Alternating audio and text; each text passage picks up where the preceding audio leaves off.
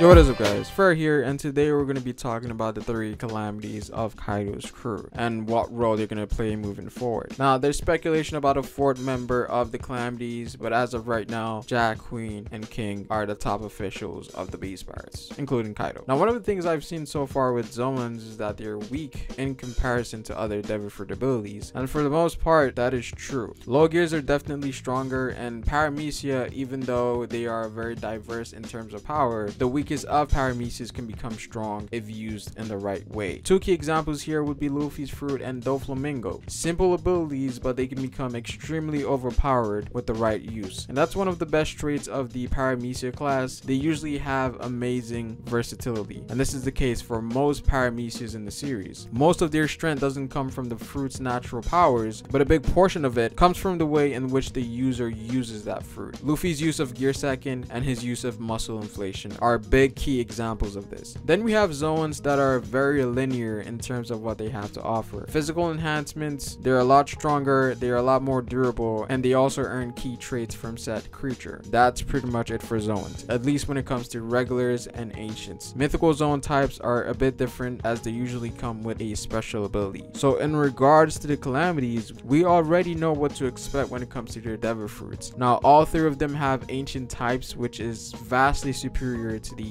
regular versions, as animals that lived during that time period were a lot stronger. Jack has a mammoth fruit, which I believe is from the Ice Age. I could be wrong on that. And we know that King and Queen's fruit are from the Mesozoic era. And I think this is what separates Jack from King and Queen. Now, what's also interesting here is that Jack and Queen's fruit subtypes are herbivores, so they don't have the predatory traits like fangs and claws, which could be helpful in fights like we saw with Rob Lucci, whilst King is a carnivorous ancient Zoan. He's basically at the peak of the ancient Zoan subclass, so he's sort of like Rob Lucci but on the next level. So even within ancients, there seems to be levels amongst them. So he's going to have all those predatory traits as well as being bloodthirsty. Now, interestingly, we also know that King is someone that loves torture, and we also know that he's a swordsman, perhaps in the same light as Shiryu, where their blades crave for blood, and perhaps he also wields a cursed blade of some sort. So with King, he has the right personality for his fruit, because we already know that he's someone that probably craves for blood. Adding on to the predatory instincts that he gets from his fruit, I think it would make sense if he was like the berserker of the crew, or him having some sort of rage mode, making him more vicious in combat. And I think that's also one of the themes when it comes to the calamities, whereas they become these uncontrollable forces to the point that no one can stop them, hence why they're called the 3 calamities, each one representing a disaster. And I think amongst any Yonko's crew, these guys are going to be the most physically imposing in terms of raw physical strength. And that's something we've seen with Kaido, whereas Luffy needed to learn not just 1 level but 2 levels of ornaments just to reach the bare minimum to fight Kaido. And I think this says a lot about the calamities as well, because they are sort of a toned down version of Kaido. Now, one of the other things that I wanted to talk about was their title and how it correlates to them. Now, let's start off with Jack. Now, during the early stages of Zou, it was mentioned by Sheep's Head that Jack basically causes a drought on the land that he passes through. Now, what exactly does this mean? Initially, I thought that he was referred to as the drought because of how destructive he was shown to be in that chapter, again, which didn't make too much sense in the first place, but after a few reveals here and there, I think his title could be referring to something else. Now, in one of the Vivricars that was translated by Arthur, it was mentioned that Jack is a full fishman, and it turns out that he's a brindle bass fish. Now, this is strange. Now, we've always known that Jack was a fishman of some sort, but we've always thought that he was a half-breed because he had similarities to Dillinger, but for some reason it turns out that he's a full fishman, which is very weird because we haven't seen any fishmen in the series that has a lot of human-like features unless they were hybrids. The only thing that separates Jack from other people is the horns and the sharp teeth, which is something Dillinger has as well, but he's referred to as a half-breed. So I'm not exactly sure what's going on here. Perhaps there might be more insight as to why this is the case. So this was very weird, but it brought me further to an idea that I've always had for Jack. What if Jack's main fighting style is actually Fishman Karate, whereas he's able to absorb water from his surroundings just like Jinbei, and then is able to propel that water into an attack? And that would make sense as to why he's called a drought, because he's absorbing water from his surroundings. And it also could be a thing whereas his Fishman Karate is so powerful that he absorbs water on a whole different level level than any fishman, right? Now, even though Jack has swords, it doesn't necessarily have to be his main fighting style, and to be honest, Jack doesn't seem to be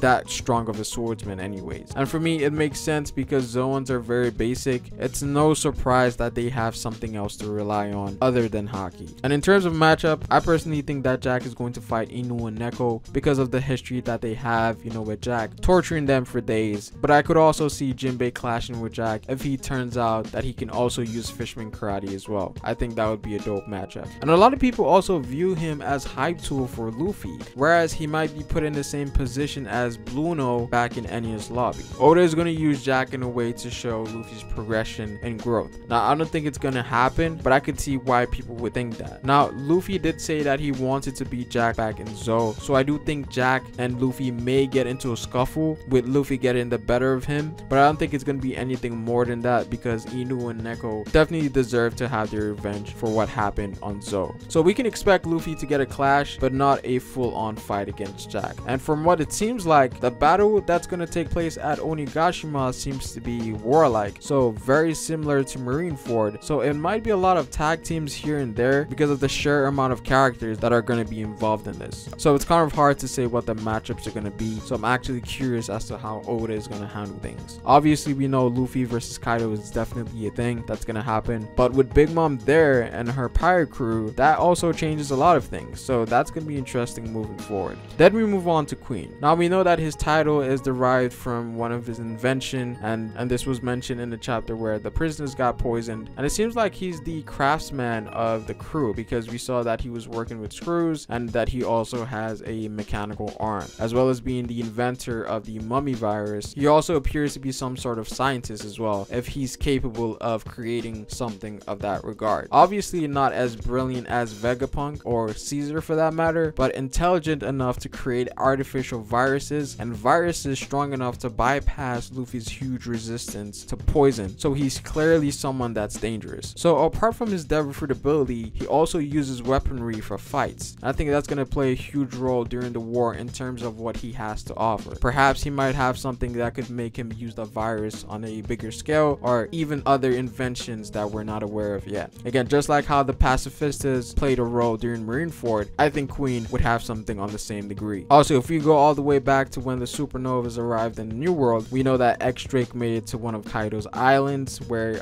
Scotch was in charge of. From what it looks like, that island was shown to be advanced in terms of technology, so perhaps Queen was the person who created that dome, or it might just be an island that they stole from someone. But Queen is definitely someone that's going to play a huge role in the war. And in terms of his matchup, it's hard to say, again, because of the sheer amount of characters that's going to be involved in all of this. But if I had to choose, I would say Sanji, just because it fits. Now, we know Queen has a lot of similarities to Ivankov to some degree, especially on how he was depicted in Udon prison. It was very similar to how Ivankov was shown during Impel Down. And we also know that he's well versed in science to some degree, and we know that Sanji has ties to Germa, which is one of the greatest science kingdom, and we also know he has the raid suit as well. So it might be something that piques Queen's interest, science versus science, something of that nature. Then we move on to King. Now, his title goes by Wildfire, which is obviously pointing towards the fire that's coming out of his body, which makes it plausible that it's something that plays a role into his fighting abilities. Perhaps he's able to control and emit fire from his body, and then is able to project that fire into attacks or imbue them into a sword. Now, we don't know if it's related to what